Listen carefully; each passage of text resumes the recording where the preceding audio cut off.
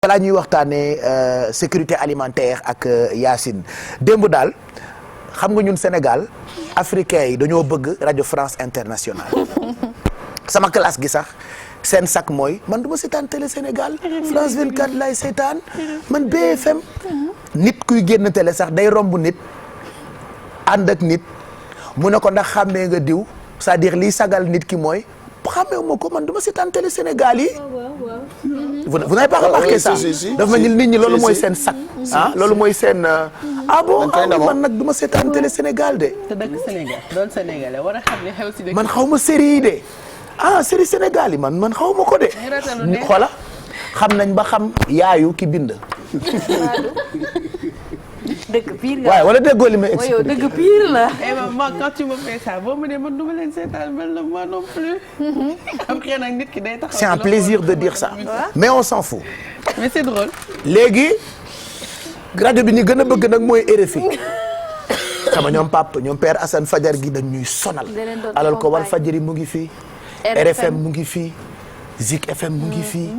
ah y a beaucoup de radios mais mon père Assane. Alaaji Idrissa Ndiaye dañ ñu sonal ak c'est-à-dire tous les matins da ngay dégg tin tin tin tin kosango wemba yamba yamba tin tin tin tin Clérédon priorité santé Clérédon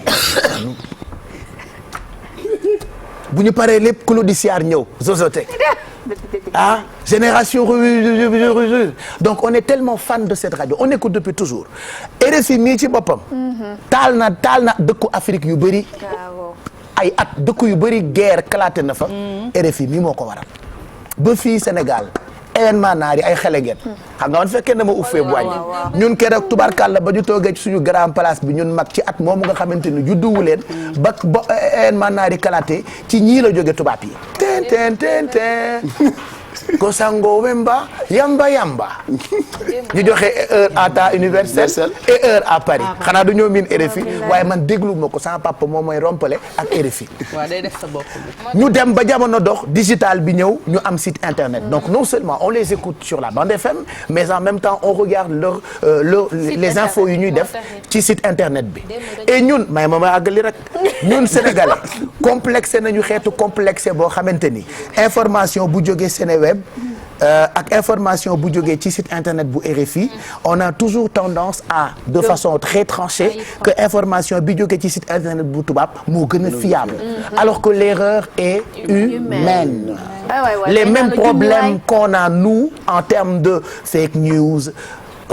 dañuy joxe ay information te duñu ko vérifier problème boobu am Sénégal moo am France moo am États-Unis moo am partout ce n'est pas qu'au Sénégal et malheureusement hier d'un coup ils ont voulu finir 2020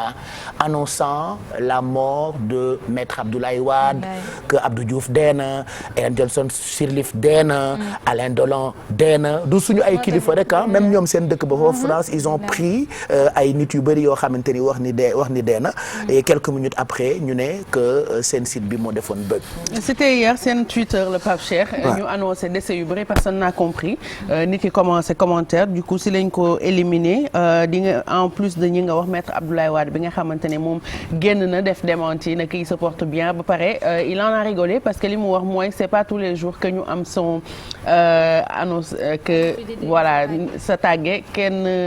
d'habitude ñu koy dégg bëriwul à part moom wax nañ si Pelé Brigitte Bardot Raoul Castro Benna Tapi ñoom daal nit yu bëri lañ boole di tegle di annoncer seen décès ba ci Abdou Diouf léegi nag bi nit yi commencé di réagir comme internet moom lu fay xew actuellement monde bi ñëpp koy suivre ci lañ def démenti excusé wu ne que panne la ñu am panne technique boo xamante ne moom moo waraloon seen Twitter di annoncer décès yooyu yëpp mais ñu bëri nee nañ dañ ko hacké dis-moi man pour man ay nit ñoo dugg seen ay serveur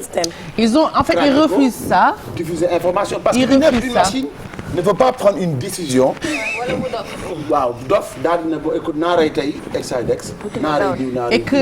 plein de célébrités en fait ñoo nit yi loolu lañ leen wax ne leen que on pense que vous avez été piraté hacké mais nee nañ que site de hack bi gën a mag fële ñëwul ne ñoom ñoo ko def et puis ñoom dañu démentir ne bu fekkoon dañ leen piraté dinañ jël seen responsabilité wax ko parce que lu mel noonu duñu ko nëbb panne technique la ñu wax mais man ce que j'aimerais comprendre c'est comment ça se fait que est-ce que programmation la pour dese nit yi. waaw loolu laa la travailler avec eux. voilà. on écrit l'information on garde. C'est ce qui s'est passé avec Johnny Hallyday. C'est ce qui s'est passé avec Johnny Hallyday. C'est morbide, c'est dégg nga morbide. ni Maradona par exemple. Dafa il est malade. voilà dañ koy préparer. donc certainement Pelé mën na aussi il est malade donc ñu bind daas fanaanal Pour ça, il la se préparation. pourrait si toutefois parce que day am ay parenthèses si toutefois il meurt du coronavirus par exemple c'est comme ça Ouais, qu'ils c'est l'ont déjà En fait, écrit décédé c'est du écrit, coronavirus. c'est programmé nga xamante ne dès que le mot décès sort c'est automatique affaire bi day génn dañ donc koy ñoom programme. dafay mel ni ñoom dañu am primauté de l'information alors que ci suuf ñu ngi préparer Bindoon ay nañ ko bu documents yàgg et tout ça parce que c'est ce qui s'était passé avec Johnny Hallyday. mais le pire Loolu c'est la beaucoup plus morbide c'était Nelson Mandela bi nga xam ne moom bi mu décédé waxuma la bind prévoir sa nit yi dañoo demoon jël ay hôtel autour de l'hôpital bi mu nekk di xaar mu dee pour ñu mun ko gaaw bind def reportage bi c'est juste horrible en fait course à l'information. On dirait des vautours, quoi. Finalement c'est humanité c'est le monde actuel sa da nga koy perdre parce que Adduna bi voilà noonu la bëgg tëddee naa léegi. man maa njëkk a joxe léegi adduna bi information dëkku dëmm la adduna dëmm la c'est grave ouais qu'on le dise hein parce que léegi non foofu la c'est très jamono grave toll, parce que bu ñu demee ba nga xamante ne yow célébrité yi nga xam ne am nañ benn âge bi yëpp ngeen bind ñoom ñëpp seen dese denc ko di xaar. certainement ñu ngi waaj a dee te seetoo ñi mag ñi rek.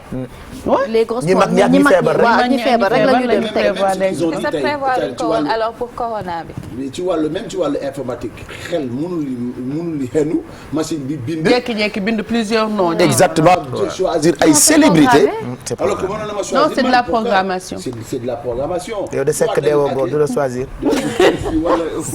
c'est que toogal ba ci kanam. yow day sekk machine du la choisir pour le moment nii sa wax bëri na sa bar bu gudd na yow machine ci yëfi dee moom yow moom xamal ni machine du la ci tànn yow moom na lees ŋàppaaral nga rëy nga lammin di ngay wax bëri na loo wax doo ci jaaraat boo defee sujet balaa ngay ñëw ci sa complément d'objet direct di nga développer ak ay COI lii du dëgg. am na lu àndaale. am na lu mu leen daale kay ci ñëw nii du moom. voilà donc ils ont annoncé la mort de beaucoup d'autorités ay Abdoulaye Wade yàlla na gudd fan ndi ko corook maane coro barki démb bi ñu koy defal wëndeelu sama xel yëpp moo nekkoon ci plateau bi ndax maître Abdoulaye Wade ñëpp a ko bëgg suñu maam jooju mais sami ci ngay président Abdou Diouf itam yàlla na gudd fan te ànd ko ku wér moom itam bind nañu ko démb mais heureusement ba sant yàlla mu ngi dund donc yàlla na gudd fan ils ont écrit d'autres autorités d'autres personnalités yoo xamante ni ràññee nañu leen ci àddina ñoom Bernard Tapie voilà ñi gën a màgget ñi feebar ba ci ren d'Angleterre beeg ñoom seen ñoom ñëpp ñu ne dee nañu alors que voilà après ils se sont excusés pour dire que c'était un bug pour dire que c'est un bug mais bon. Ouais. Les savoirs li tubaab bi naan naka la ko tubaab bi di waxee mystère et boule de gomme am na ñoo xam ne du ma leen miimal dara yàlla baax na 10 heures pile mooy doog a jot j'espère que yéen a ngi ci jàmm faites-vous plaisir en tout cas nous on est là liñ ciy toftal rek mooy le président Barack Obama on l'aime tellement donc tout ce qu'il fait ñun dañ koy bëgg barki Dembo Ndiaye rek bi muy basket